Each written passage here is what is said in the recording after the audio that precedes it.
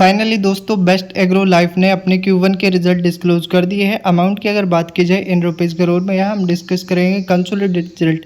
Revenue आप देखोगे 381 करोड़, जबकि प्रीवियस क्वार्टर में 274 करोड़ और प्रीवियस ईयर के क्वार्टर की अगर बात की जाए 519 करोड़ का रेवेन्यू था। रेवेन्यू में क्वार्टरली बेसिस पे जंप है, जबकि ईयरली वाइज आपको गिरावट देखने को मिली है।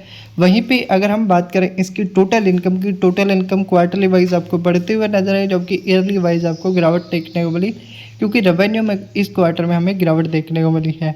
बात की जाए कंपनी के खर्चों को लेकर 359 करोड़ की, जो कि प्रीवियस क्वार्टर में 298 करोड़ की और प्रीवियस ईयर के क्वार्टर में 490 करोड़ के। तो अब की बार आप देखोगे क्वार्टरली वाइज कंपनी के खर्चे बढ़े हैं, जबकि ईयरली वाइज आपको खर्चे कम होते हुए नजर आए हैं।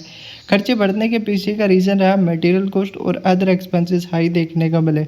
बात की जाए इसकी जो है प्रॉफिट फॉर द पीरियड या फिर लॉस फॉर द पीरियड की, तो आप देखोगे अब की बार का जो प्रॉफिट देखने को मिला है वो रहे करीबन, यहाँ पे क्लियर आप देखोगे तो 19 करोड़ का, जबकि प्रीवियस क्वार्टर में 21 करोड़ का लॉस था और प्रीवियस ईयर के क्वार्टर में 21 करोड़ का प्रॉफिट था। तो क्वार्टरली वाइज हमें जो है प्रॉफिट में जंप देखने को मिला है, जबकि ईयरली वाइज माइनर सी गिरावट है, क्योंकि रेवेन्यू आपको जो है अब के क्वार्टर में ईयरली वाइज गिरते हुए नजर आया था। इस वजह से आपको थोड़ा नेगेटिव जो है प्रॉफिट देखने को मिला इस क्वार्टर की। अगर हम बात करते हैं 19 करोड़ का प्रॉफिट रहा, प्रॉफिट में ईयरली वाइज गिरावट है, जबकि क्वार्टरली वाइज आपको जंप देखने को मिला है।